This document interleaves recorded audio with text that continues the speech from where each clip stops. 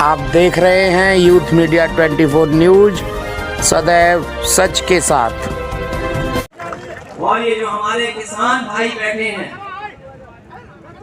मैं आपका धन्यवाद देता हूं कि जिस तरीके से आप लड़ाई लड़ रहे हैं और जिस तरीके से आप एकजुट दिखाई दे रहे हैं,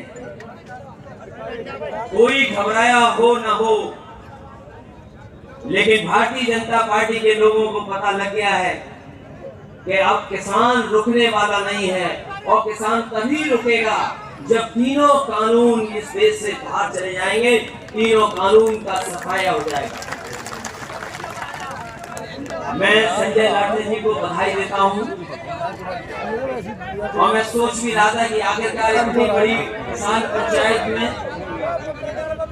उन्होंने हमें लाठी क्यों दी।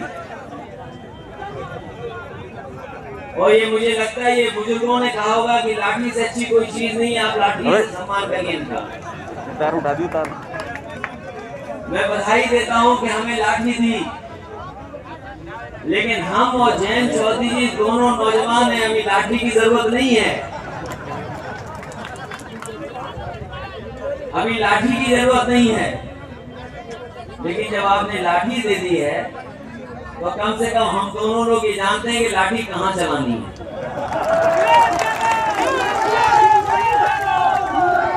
और कृष्ण की धरती का हम धन्यवाद देते हैं, ये कृष्ण की धरती का हम धन्यवाद देते हैं।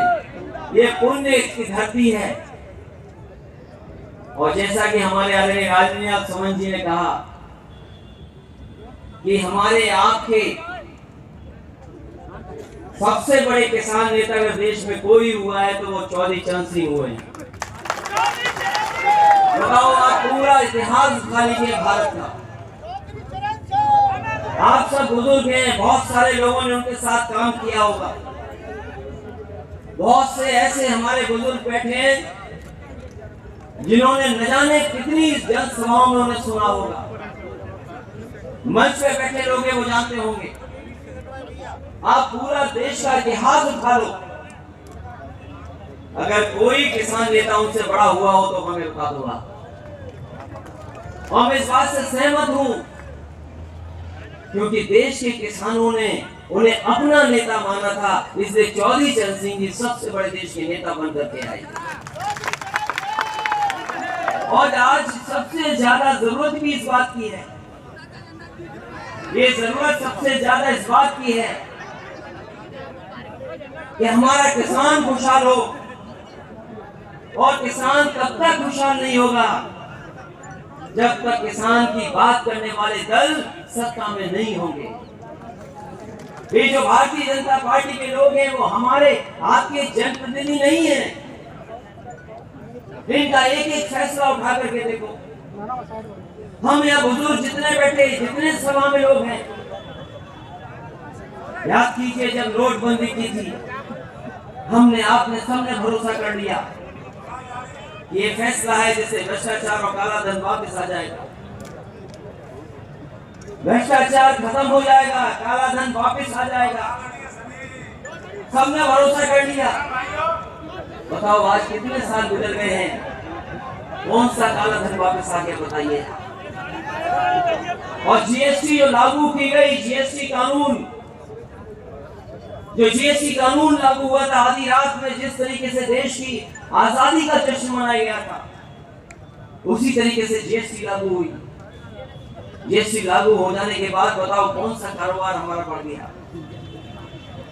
अभी वैश्विक महामारी आई, दुनिया में किसी ने ऐसा लॉकडाउन नहीं किया होगा, दुनिया में किसी ने ऐसी पाबंदियां नहीं लगाई होंगी, लेकिन भारतीय जनता पार्टी के लोगों ने कैसी पाबंदियां लगा दी।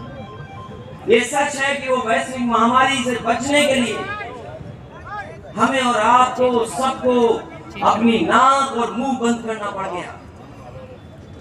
हमने भरोसा किया उनका, भारतीय जनता पार्टी के लोगों का। उन्होंने कहा कि आपको मास्क पहन के रहना पड़ेगा। हमने आपने सबने नाक और मुंह बंद कर दिया। लेकिन हम जानना चाहते हैं, बताओ भारतीय जनता पार्टी को कौन सी वैश्विक महामारी है कि उन्होंने अपनी आंख और कान बंद कर रखे हैं। उन्हें किसानों का न दुख समझ में आ रहा है, न किसानों की तकलीफ समझ में आ रही है। याद कीजिए वो समय जब कहा कि हम आय दोगुनी कर देंगे, ये सब खेती करने वाले बैठे हैं, ये दिन रात खेत में काम करते हैं। बताओ कौन सी पैदावार की आय दोगुनी हो गई? धान आया, बिक गया, किसी ने पूछा नहीं। कौन सी फसल की पैदावार बढ़ गई? और यही नहीं, बताओ इस वैश्विक महामारी में डीजल और पेट्रोल की कीमत कितनी बढ़ा दी? डीजल पेट्रोल जो लोग ट्रैक्टर से चल करके आए होंगे, जो खेती करते होंगे, वो पूछिए डीजल पेट्रोल कितनी बढ़ गई। हम ये जानना चाहते हैं इस किसान पंचायत के माध्यम से कि जो डीजल पेट्रोल की कीमत बढ़ी है, वो आखिरकार उसका मुनाफा का जार आ कहां रहा है। इसलिए साथियों, जहां दिल्ली की सरकार ने 3 कानून हम पे लागू कर दिए, वहीं हमारे मुख्यमंत्री जी ने भी कुछ कम काम नहीं किया। और शायद ही ऐसे मुख्यमंत्री किसी को मिले होंगे। पहनावे से और कहने से तो योगी हैं, लेकिन जो हमने पढ़ाई गीता में जो हमें जानकारी मिली है, वो यही है कि योगी वही होता है जो दूसरे का दुख अपना दुख समझे। बताओ ये योगी है क्या हमारे किसानों का दुख समझ पा रहे हैं? कोई हमारा समझ पा रहा है कि नहीं समझ पा रहा? और इधर तो अभी हरी टोपी तक बात नहीं आई है, हरी सफेद टोपी तक बात नहीं आई है, अभी तक तो लाल टोपी पे रुका हुआ है मामला।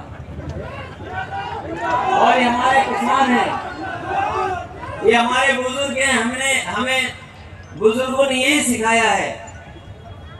और खेत में अगर कोई भड़कता है तो वो लाल रंग देख करके भड़क जाता है, यही तो सिखाया बुजुर्गों ने। बताओ, कभी कभी कुछ खेत में जो होते हैं वो लाल रंग देख करके भड़क जाते हैं, यही तो सिखाया गया। अब मैं नहीं जानता हूं कि लाल रंग देख करके कोई क्यों भड़क रहा है। इसलिए जहां ये पंचायत चल रही है, और वही मैं गाना सुन रहा था, एक अपने सांस्कृतिक प्रपोज के लोग हैं या जो यहाँ के बहुत लोकप्रिय गायक हैं, कि अगली सरकार हो हमारी, तो अगली सरकार तभी होगी जब हम भाईचारा का रास्ता अपनाएं, हम अपने किसान का रास्ता अपनाएं। क्योंकि बीजेपी से ज्यादा चमत्कारी पार्टी कोई नहीं है, भारतीय जनता पार्टी से ज्यादा साजिश करने वाली पार्टी कोई नहीं है। उन्होंने अभी तक जो सत्ता पाई है वो केवल हमें और आपको बांट करके सत्ता पाई है, हमारे और आपके बीच में खाई पैदा कर करके सत्ता पाई है।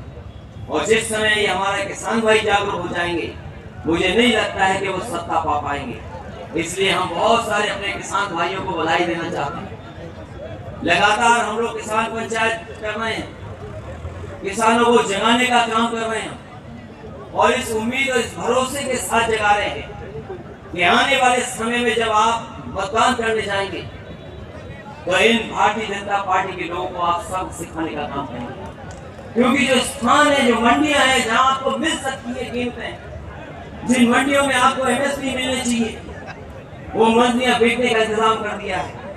जहां देश में ज्यादा मंडियां बननी चाहिए थी, वो मंडियां बंद की जा रही है। इसी एक्सप्रेसवे के किनारे लगातार मंडियां बनी थी, और हमने तय किया था कि गाजीपुर तक मंडी बनवाएंगे, लेकिन मंडियां बनना बंद हो गई। मंडियां अगर नहीं होंगी और ऐसे 3 कानून लागू हो जाएंगे, तो सोचिए हमारा आपका जो किसान जो पैदावार कर करके जाएगा, वो बाजार पे कौन कीमत दे देगा? अगर किसान को बाजार के हालात में छोड़ दोगे तो किसानों को कोई मुनाफा नहीं हो सकता। ये भारतीय जनता पार्टी के लोग बड़े बड़े उद्योगपतियों से, बड़े बड़े लोग जो कारोबार कर रहे हैं, उनसे मिल करके हमारी आपकी खेती को छीनना चाहते हैं। और कोई एक दिन में नहीं छीनेगी, लेकिन जिस तरह के कानून आ गए हैं, एक दिन ऐसा आएगा जिसके बाद आपकी हमारी खेती छीन जाएगी। इसलिए मैं बधाई देता हुआ आरएलडी और समाजवादी पार्टी के सभी कार्यकर्ता साथियों को, संगठन के लोगों का और अपने दोनों पार्टी के नेताओं का, ऐसी शानदार आपने किसान पंचायत की है। हमें उम्मीद है कि इसी तरीके से अगर किसान को हम जगाते रहे तो आने वाले समय में भारतीय जनता पार्टी का पता नहीं लगेगा। इसके साथ साथ हम अपने फौज के सैनिक भाइयों का विशेष धन्यवाद, जिन्होंने देश की सेवा की है। ये जहाँ देश की सेवा करके आए हैं, ये किसान परिवार से निकल करके इन्होंने देश की सेवा की है। ये इनके भी किसान के परिवार है। इसलिए एक तरफ जहाँ किसान आए हैं, नौजवान आए हैं और सैनिक आए हैं, हमें उम्मीद है कि आने वाले समय में ये बदलाव दिखाई देगा और ऐसा बदलाव दिखाई देगा कि देश देखेगा कि किसानों की ताकत भी ये ताकत होती है, हैसियत होती है। यही सपनों के साथ आप सबका बहुत बहुत धन्यवाद। मैं संजय लाठर से लेकर के सभी लोगों का बहुत बहुत स्वागत और बधाई देता हूँ। हमारे चैनल को लाइक करें, सब्सक्राइब करें, बेल आइकन को ज़रूर दबाएं, जिससे आपको सभी वीडियो का नोटिफिकेशन मिल सके।